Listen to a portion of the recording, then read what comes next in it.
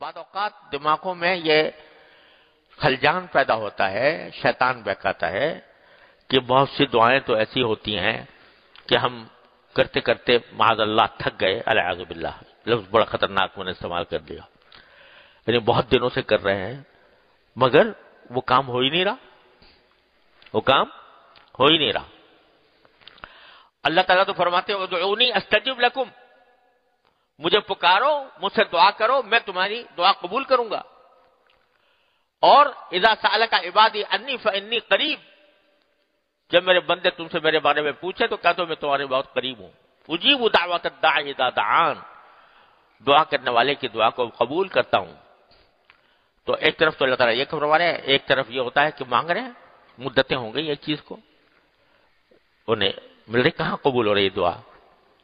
وہ تو فرما رہے ہیں میں دعا قبول کرتا ہوں اور قبول ہو نہیں رہی۔ تو خوب سمجھ لو کہ قبولیت کے دو معنی ہیں۔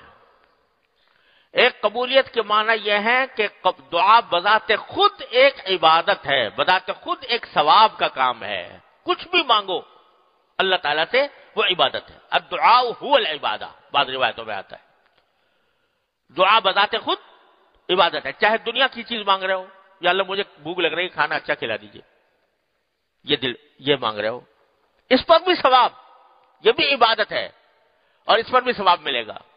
یا اللہ میں مقروض ہو گیا ہوں، میرا قرضہ ادا کرا دیجئے۔ یا اللہ مجھے اچھا روزگار چاہیے، اچھا روزگار عطا فرما دیجئے۔ یا اللہ میں اپنے گھر والوں کے ساتھ میرے تعلقات اچھے کر دیجئے۔ یا اللہ مجھے صحت عطا فرما دیجئے۔ اپنے مقاصد کے لیے، دنیاوی مقاصد کے لیے جو دعا کر رہے ہو، وہ دعا بھی کیا ہے؟ عبادت ہے، ثواب ہے۔ جتنی دعا کرو گے اتنی ثواب۔ تو ایک قبولیت تو فوراً بلا تاخیر ہر دعا کے اندر ہو جاتی ہے۔ کیا قبولیت ہو جاتی ہے کہ وہ عمل اللہ تعالیٰ کیا عمل صالح لکھا گیا، ابتغوا الیہ الوسیلہ میں داخل ہو گیا، اس وسیلے میں داخل ہو گیا جو بندے کو اللہ کے قریب کرتا ہے۔ تو ایک تو استجابت یہ ہوئی کہ ثواب، دوسری استجابت یہ ہوئی کہ اس دعا کے نتیجے میں اللہ تبارک و تعالیٰ کے قرب حاصل ہو گیا، اللہ لگتا ہے تعلق مضبوط ہو گیا۔ ایک مرتبہ مانگا تم نے اللہ تعالیٰ سے تو ایک تعلق پیدا ہوا، دوسری مرتبہ مانگا دوسرا تعلق، تیسری مرتبہ مانگا تیسرا تعلق، چوتھا مرتبہ مانگا چوتھا تعلق۔ تو تعلق اور اللہ تعالیٰ کی بارگاہ میں حاضری، یہ جتنا مانگو گے اتنی ہی بڑھتی جائے گی، اتنی بڑھتی جائے گی، اور جتنی حاضری بڑھتی جائے گی اتنا اس باری تعالیٰ کے ساتھ تعلق مضبوط ہوتا جائے گا۔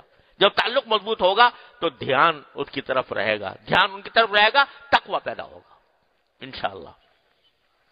تو ایک تو استجابت یہ ہے، اس سے کوئی کسی دعا میں تخلف نہیں ہوتا، یعنی ہر دعا کے اندر یہ دو فائدے حاصل ہوتے ہیں، اجر اور اللہ تعالیٰ کے ساتھ تعلق کی مضبوطی۔ اب رہی وہ بات جو تم مانگ رہے ہو وہ ملے، تو بھائی تم کیا اور تمہاری عقل کیا اور تمہاری سمجھ کیا؟ تم اپنی عقل سے اپنی سمجھ سے ایک چیز مانگ رہے ہو، ہے وہ تمہارے لیے مہلک۔ یہ ایسا ہوتا ہے جیسے کہ چھوٹا بچہ ہے، چاقو مانگ رہا ہے، ماں باپ سے چھری مانگ رہا ہے، اور نہ دے تو رو رہا ہے، رو پیٹ رہا ہے، ماں باپ کو ظالم سمجھ رہا ہے، مجھے نہیں دیتا یہ دیتے یہ۔ لیکن ماں باپ جانتے ہیں کہ یہ چھری سے اپنا گلا کاٹ لے گا، اپنے آپ کو زخمی کر لے گا، خون نکل جائے گا اس کے، اس واسطے نہیں دیتے۔ تو وہ تو کیا سمجھ رہا ہے بیوقوف کہ میرے ساتھ ظلم ہو رہا ہے۔ ہم اس بچے سے زیادہ بیوقوف احمق ہیں کائنات کی حکمتوں کے لحاظ سے۔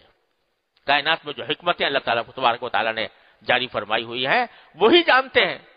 سورہ کہف میں جو واقعہ خضر علیہ السلام کا اللہ تعالیٰ نے بیان کیا وہ اسی لیے بیان کیا کہ بظاہر دیکھنے میں تو ظلم کیا، کشتی کا تختہ توڑ دیا، ایک اچھا خاصے کھیلتے بچے کو قتل کر دیا، عجیب بظاہر غلط کام کیا، لیکن اس کے پیچھے حکمتیں تھیں جو بعد میں پتہ چلی۔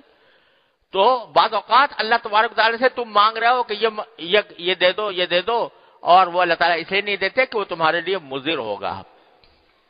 مجھے یاد ہے کہ ایک مرتبہ میں سعودی عرب سے حرمین شریفین سے واپس آنے والا تھا، تو میرے عزیز رہتے تھے کویت میں، ان کا اصرار تھا کہ ہمارے پاس ہوتے جاؤ.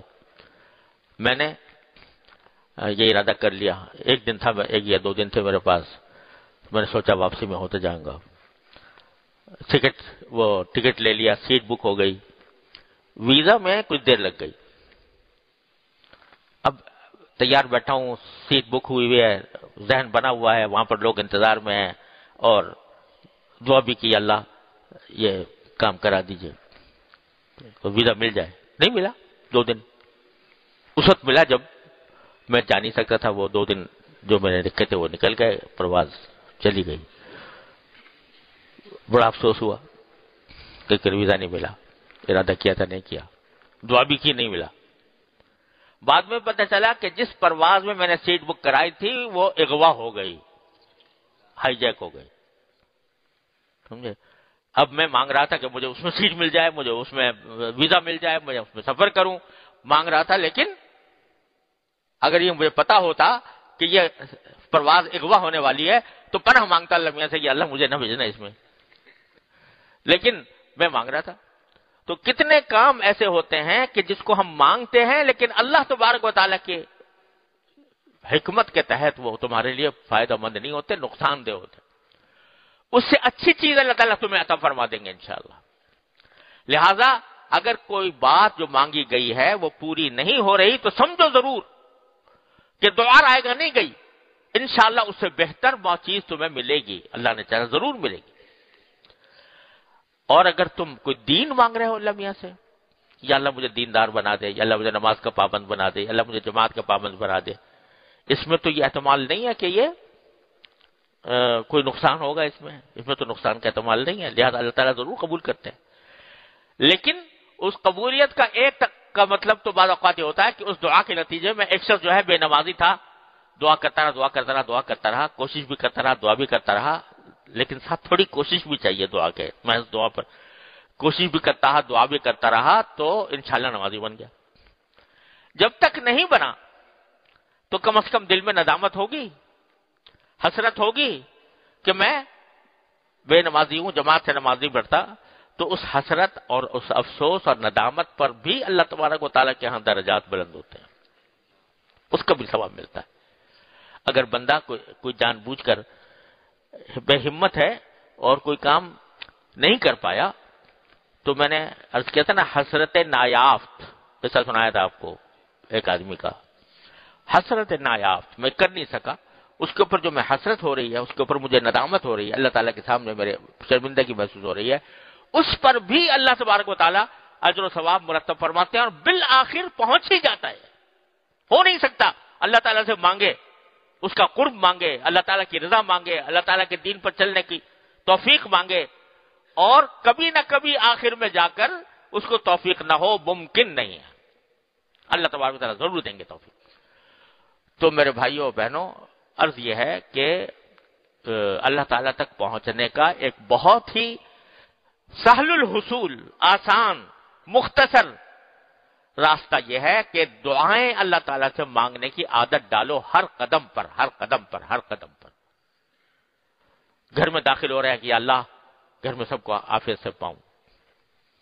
گھر والے خواتین ہیں وہ اپنے گھر کے کام میں مصروف ہیں، یا اللہ یہ کام اچھا کرا دیجئے، عافیت سے کرا دیجئے، آسانی سے کرا دیجئے. یا اللہ میں کھانا پکانے جا رہی ہوں، مجھے کھانا صحیح پکانے کی توفیق عطا فرما دیجئے، یہ لوگوں کو پسند آ جائے. جو حاجت ہے، انسان تو حاجتوں کا پلندہ ہے نا، تو جو حاجت ہے چھوٹی ہے یا بڑی ہے، اللہ تبارک و تعالیٰ کی بارگاہ میں پیش کر کے مانگتے رہو اور مانگتے رہو اور مانگتے رہو. جتنا مانگو گے اتنا ہی اللہ تبارک و تعالیٰ کا قرب حاصل ہوگا. حضرت تھانوی رحمۃ اللہ علیہ فرماتے ہیں، ایک مرتبہ مجلس میں فرما رہے تھے کہ اللہ تعالیٰ کے ہاں دینے کی کوئی کمی نہیں ہے. کوئی جھولی پھیلانے والا ہو تو اس کے ہاں دینے کی کمی نہیں ہے. تو حضرت مجذوب صاحب حضرت کے خاص خلفاء میں سے تھے، وہ بیٹھے ہوئے تھے. حضرت کسی کے پاس جھولی نہ ہو تو کیا کرے؟ کسی کے پاس جھولی نہ ہو تو کیا کرے؟ فرمایا جھولی بھی انہی سے مانگے، جھولی بھی انہی سے مانگے. یا اللہ مجھے دعا مانگنے آتی نہیں ہے، مجھے دعا مانگنا سکھا دیجیے.